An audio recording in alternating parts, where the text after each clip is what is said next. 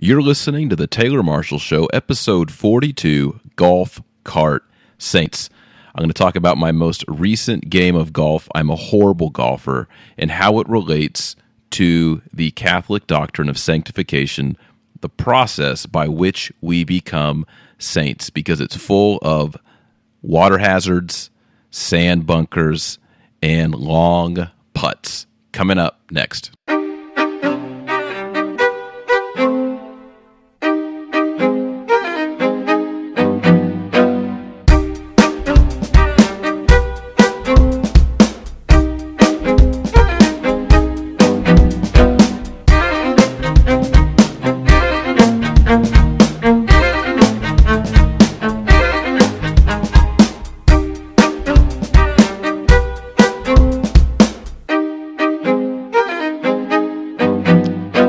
Howdy, and thank you for tuning in to the Taylor Marshall Show. This is the podcast for everyone who wants to create daily habits and learn enough theology to take their faith to the next level. And my goal this week is to talk to you about the process of sanctification, the process by which we become holy, or as the Catholic Church says, as we become saints. And you know, I like to play golf, but as my uncle says, I have a 7 handicap. That is, I have 7 kids: Gabriel, Mary, Rose, Jude, Beckett, Blaze, and Elizabeth. And that means it's not easy to justify a trip out to the golf course. But my good friend and buddy, Dr. Ben Olson, invited me recently to play golf with him this past week, and it was a lot of fun. We had a great time with each other. Part of golf, I think, is just being with someone that you have a good friendship with and have good conversations with. And as on the golf course, I was just taken away by the beauty. It was a beautiful day. There's beautiful clouds in the skies, a well-manicured golf course, flowers. Down here in Texas, all the crepe myrtles are just popping. Crepe myrtles are these beautiful trees that come out in purple and red and white, and they were just popping all over the golf course. So it was absolutely beautiful. But mixed in with that were a bunch of frustrations because I'm not a good golfer. I think the last time I played golf was over a year ago. And so golf can also be full of frustrations, sand traps, water hazards, and long, often missed putts. So today we're going to go through what a typical game of golf looks like for me, and then how that relates to the Catholic doctrine of sanctification. Now, if you're a PGA pro golfer, you may not get too much out of this because for you, golf is easy. You shoot par, no problem. You know, if it's a par 4, it takes you 2 strokes and 2 putts, and you're done. But for me, it's a big challenge, and I think this mirrors or relates to the way that we experience the spiritual life, how we experience this process of sanctification. So before we get to that featured segment, we'll start off with our joke of the week. Last week, Joy and I sat down. We talked about marriage. That was a great podcast. We got lots of good feedback, and we skipped the joke. So this week, the jokes are back. All right, so a little boy was listening to a really long sermon in a really long mass, and suddenly his eye fell on the red sanctuary light burning next to the tabernacle where the Eucharist is kept, and he was just staring at this red candle burning up there at the front of the church. And so then he tugged on his father's sleeve and says, "Dad, when that light turns green, can we go home?" Okay, there it is. I know I have 7 kids, and they often aren't in the most spiritual state of mind at Mass. They like to go early and are often asking me in the middle of Mass, is it over yet, the little ones? Anyhow, before we start with our featured segment, we'll start with the Proverb of the Week. You know, we've been doing a lot of Proverbs. We probably hit most of my favorite Proverbs here in the podcast. And I was thinking about the book of Proverbs as a whole, and my mind went back to the very beginning, chapter 1. And so I want to read those opening verses because it sets the stage for what the book of Proverbs is all about. And it reads like this. This is Proverbs chapter 1, verses 1 through 6. The Proverbs of Solomon, the son of David, king of Israel. That men may know wisdom and instruction, understand words of insight, receive instruction in wise dealing, righteousness, justice, and equity, that prudence may be given to the simple, knowledge and discretion to the youth. The wise man also may hear and increase in learning, and the man of understanding acquires skill. To understand a proverb and a figure, the words of the wise and their riddles. End quote. So here we have really a litany of virtues and gifts that are promised to the man who seeks wisdom. And especially we see a promise here to young people, to youth, to the young man. And one of my theories about the book of Proverbs is this is the catechism for young people, for teenagers. The idea of a teenager is kind of a new one, but the young person, the adolescent, the book of Proverbs is really a dad sitting down with his adolescent, mostly son. It's mainly listened to sons, but I think it applies to both sexes. Sitting down with his son and saying, hey, look, here's what life's about. Don't get into debt. Don't get into all this sexual immorality. Don't waste your time being lazy. Get employment. Be earnest in your dealings. Be fair. Be honest. Stay away from the loose women, right? Don't get into business deals with people who are immoral. Don't follow those groups of immoral people. Stay on the right path. This is what you read throughout the book of Proverbs. And I think we really have done a disservice to our young people because we haven't taught them the Proverbs. So I would encourage you, if you have kids, grandkids, nieces, nephews, young friends, encourage them to read the book of Proverbs. And maybe just write a few of them down and have them around your house. Memorize a few, because I think the Proverbs set the young person on the right path. Okay, well, that's enough about the Proverbs. Let's jump into this featured segment.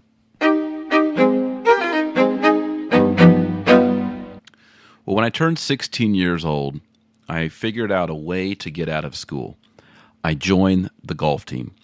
If you were part of the golf team, you could leave school, I think it was at 1:30 or 1:45. School was over at 3. But if you were on the golf team, you had permission to leave early because you had to drive to the golf course Monday through Friday and play golf. The golf coach was out at the golf course already. There's a public course near my high school. And I think we had our fees waived, so you could go and play all the golf you wanted for free, which was a great way to get out of school and play golf. The only problem is I wasn't too into golf. I like golf, but I wasn't that good. My buddies were really good and played in tournaments. I was technically on the golf team, but I never played in one single tournament because the coach never put me on. I was not that good. But what I liked about being on the golf team was leaving school early. So what some of us would do is we would leave at 1:45, and you had to go to the golf course. You couldn't just go home and watch TV or do your homework. You had to actually go to the golf course because the coach was there taking attendance. And he would be there in the clubhouse, and you'd get there about 2 o'clock, and you'd say hi to the coach, and then you'd walk out onto the golf course.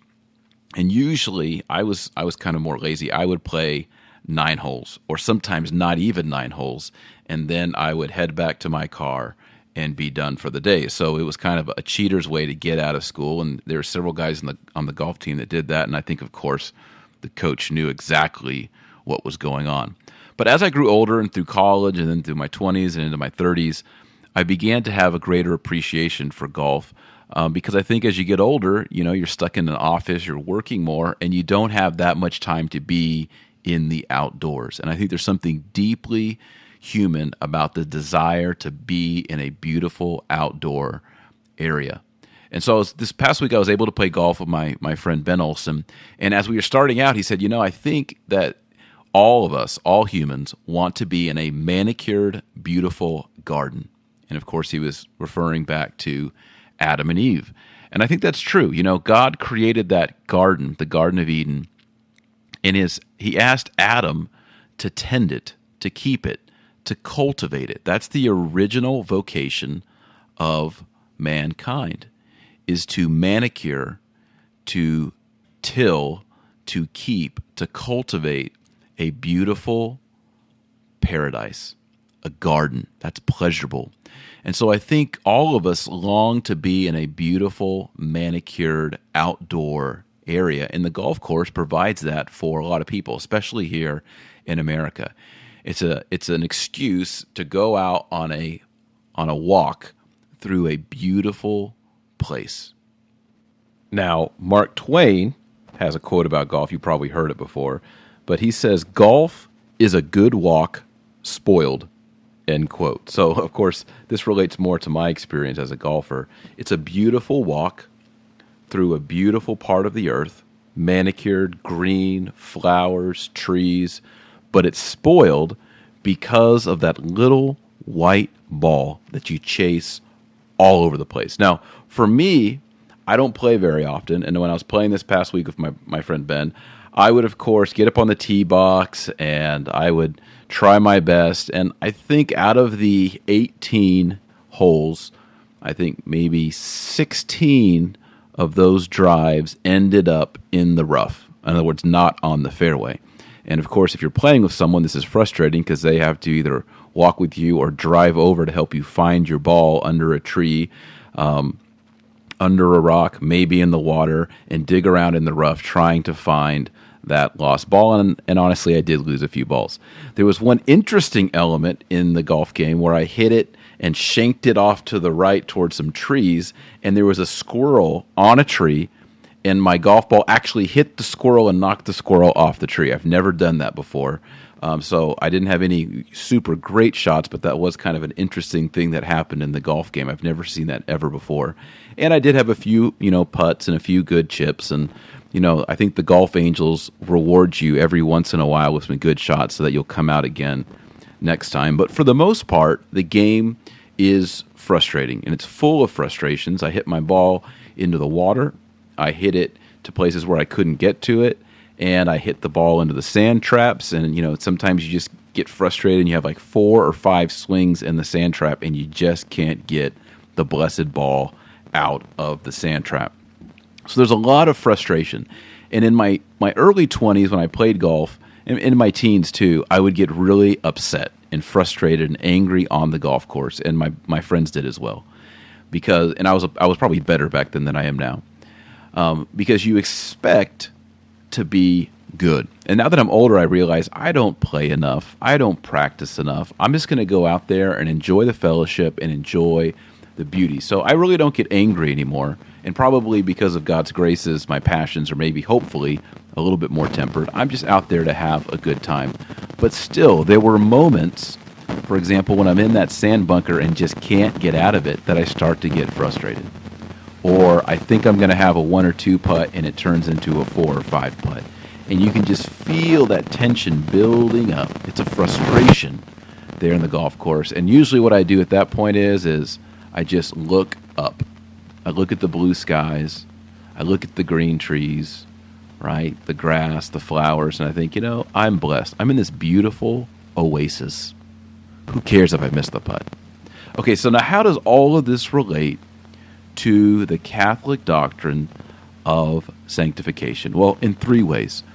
The first way is that the life of sanctification, the journey to becoming a saint, has sand bunkers and water hazards in it. And God knows that, and God designed it that way. So you'll be going through your life, and not every single stroke or every single drive that you hit in life goes straight down the middle of the fairway. In fact, I would guess that if you're listening to this, most of you, when you hit the ball, and I'm not talking about the literal ball here, I'm talking about a metaphorical ball, it hooks off to the right or to the left, or, it slices off to the right. And where you thought you were going in life turns out to not be where you're going at all. You have to go over into the weeds there and find the darn ball. And it's frustrating. And then finally you find it, and you're like, okay, I'm just going to get it back out there on the fairway. And you hit it, and it goes beyond the fairway to the other side of the rough. You've got to go find the ball. And then you hit a good chip, and it's on the green. Like, oh, wow, life is good. Life is great. This is so much fun. And then you get on there, and then you miss the putt. Oh, I'm so frustrated. This is how our life is. It's successes blended in with hardships. And God knows that, and if we are careful in our life and we're intentional, we can offer up these hacks, these slices, these hooks, these missed putts. And what's great about this, in God's economy, that actually, quote unquote, lowers our score. When God sees us, even when we have a bad shot or we make a mistake, and we take it with a good attitude, and we offer it up, and we smile, and we take it in stride, in a sense, God adjusts your score, right? He gives you a greater handicap. Because God realizes that the goal of the game is not to get a low stroke score or to shoot under par. The goal of the game is to be a transformed person, to go from being a sinner to a saint. Okay, so that's the first one. The obstacles themselves, how we face them with our emotions and our outlook, is part of the bigger game. So God looks down, and he's not necessarily looking at the score. For example, how much money did you make, or what your weight was, or any of those things that we measure, right, with numbers. He's looking at the inner transformation of your soul through grace, right? He's giving you these graces, and he wants to see how you deal with them along the journey, along the golf course. All right. Now, the second one is that golf, although it is a physical sport, is primarily mental. The great golfers don't just have a great drive and a great putt and have great short game. The great golfers of all time have a mental stability that does not shake them no matter what. They can have a bad shot, they stay cool. They keep their passions under control. And when you watch these great golfers, you realize that it's almost like playing chess out on the fairway. And the way they are strategic about it and the way they think the whole thing through, it's a mental game. And if you've played golf, you realize this.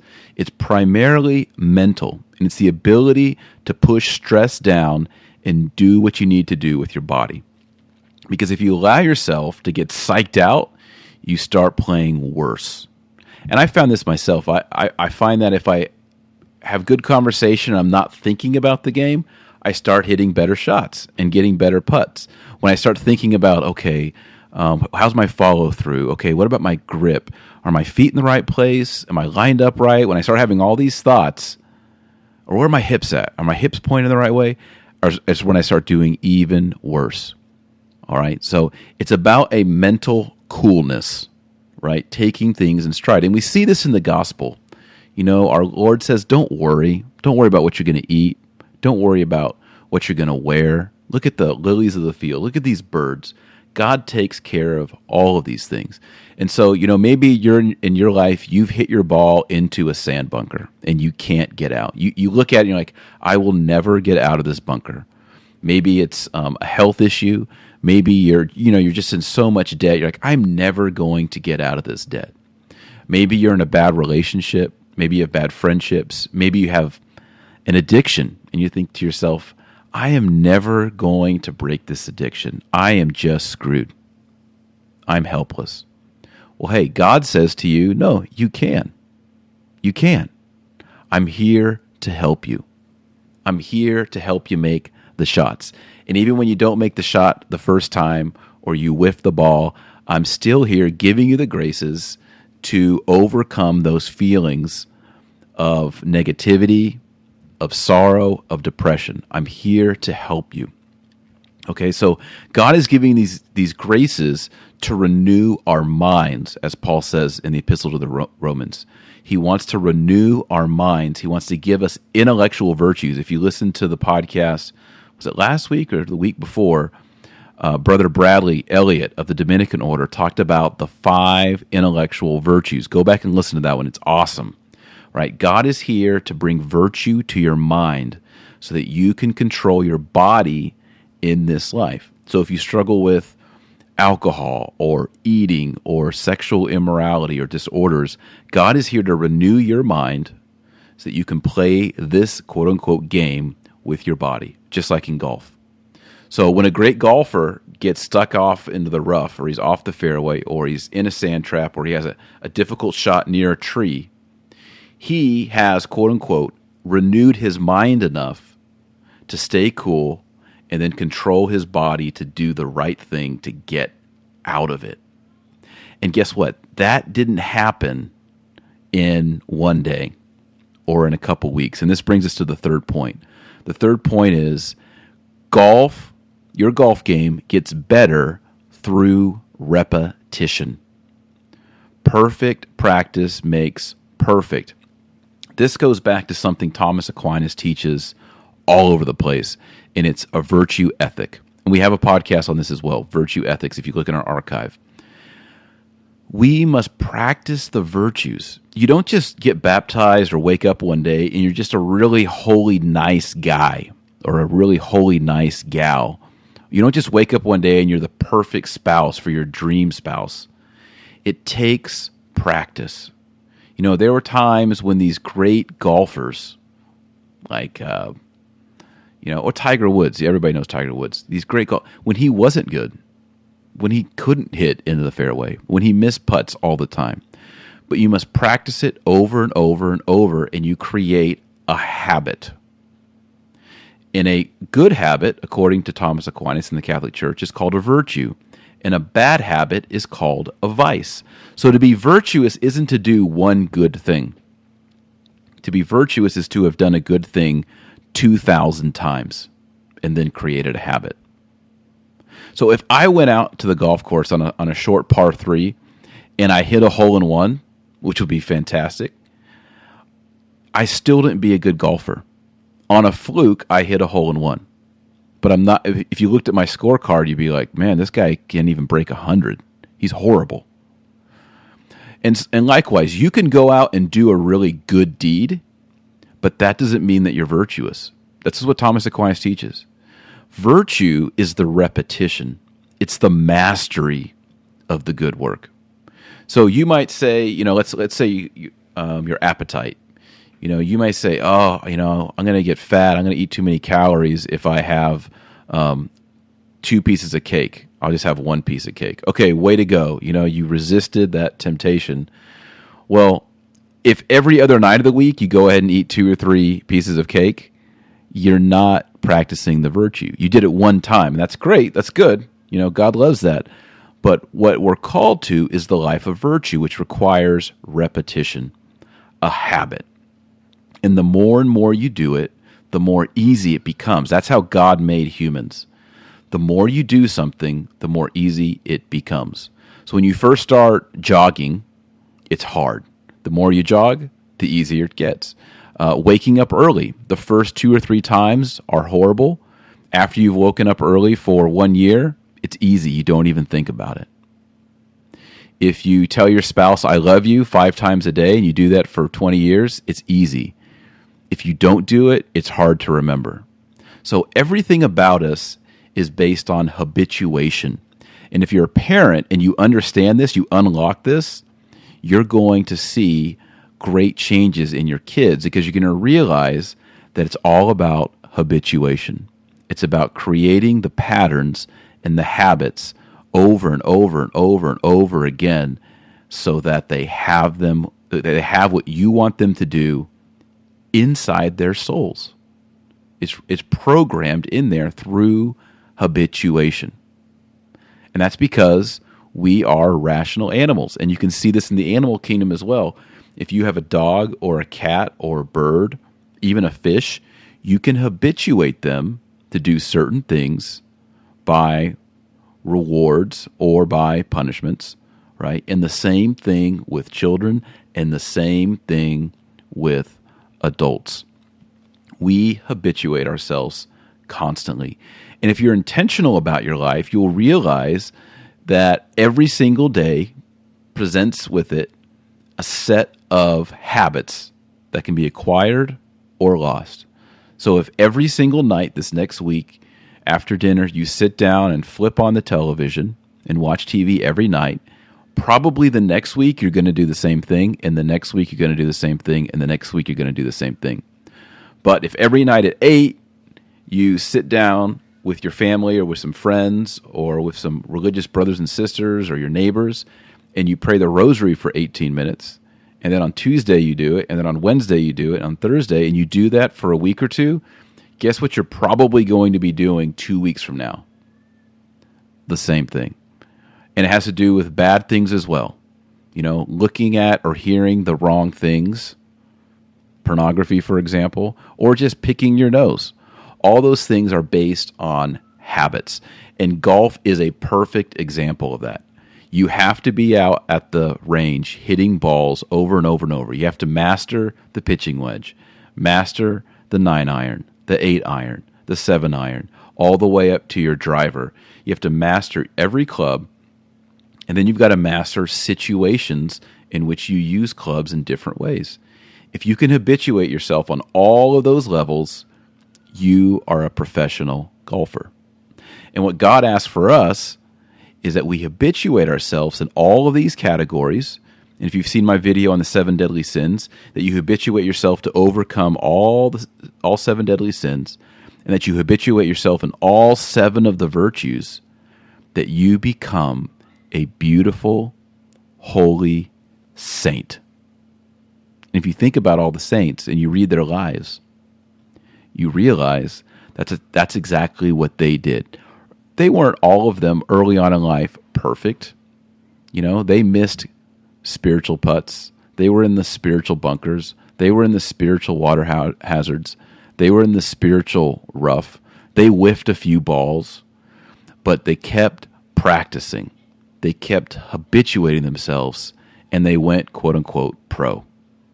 They became excellent in the life of virtue because they drank deeply from the fountain of grace. And that fountain of grace is Jesus Christ. To be specific, it's the wound in his side pouring forth water and wine. The fountain of divine mercy. So go to that fountain and receive God's grace. Receive his mercy. Every morning I have certain things that a list of things that I say, like daily affirmations. And the first one I say is, I am surrounded by the ocean of God's mercy. That's how I begin the day. I am surrounded by the ocean of God's mercy. And everything that I do during the day flows out of that reality, that I am immersed in God's love, in his beauty, in his goodness, his grace, in his mercy. So there's the lesson, sanctification from a golf cart. Riding around a golf cart's a lot of fun. Being with your friends is a lot of fun. And having the right attitude and the right habits makes it even more fun. So live your life that way. Perhaps the next time you're playing golf, think about your own life in relation to this wonderful game. And remember that every day is a practice day. Every day is an opportunity to grow in virtue. Every day you can improve your game. Okay, it's time for the tip of the week. And before we get to the tip of the week, would you please do me a favor and fill out our listener survey for this podcast? I want to hear from you. I want to hear your voice. What do you like about the podcast? How can we make it better? Is there anything you don't like the podcast? We're always trying to make this podcast more fun, more energetic, and have great content. And if you have some ideas for future shows, we want to hear about that as well. So please go to taylormarshall.com. That's my website.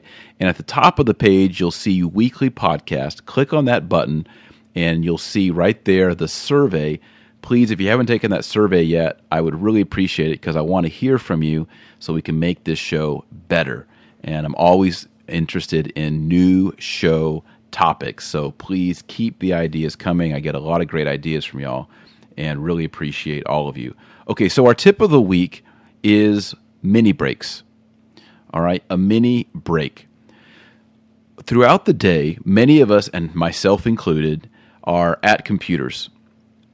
And we can sometimes sit there, the time passes for me, it could be 3 hours sometimes. And I learned this from my eye doctor.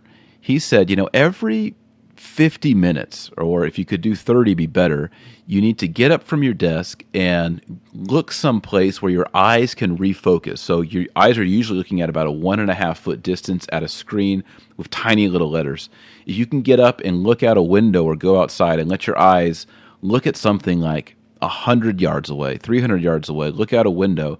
He said, if you can just do that for a minute, it'll really improve the health of your eyes over time. I'm nearsighted, and he said for nearsighted people, they can actually improve their eyesight by doing this. And I believe it too, because my eyesight has actually gotten better. That's very rare, but I've been practicing this, and my doctor said your eyesight has gotten better. I had to get a new prescription for my glasses because my eyesight got better. I'm nearsighted. If you're farsighted, it doesn't work.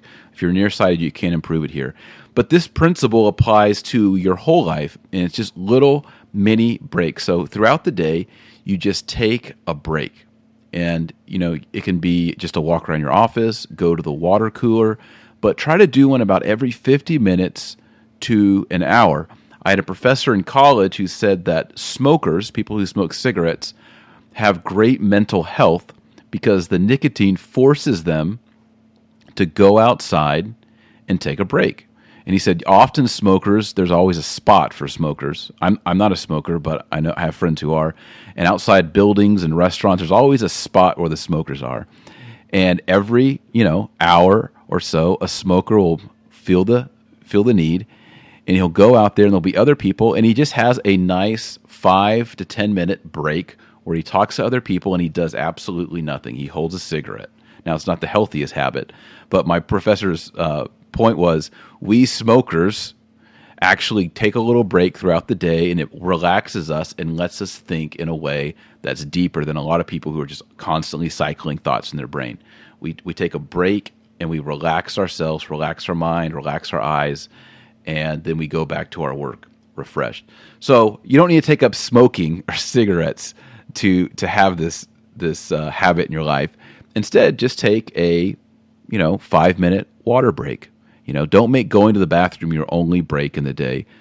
Punctuate your day with moments of recreation, like little bitty vacations throughout the day, and you'll have more productive work. I find that the more my mind is relaxed and not stressed, the better thoughts I have.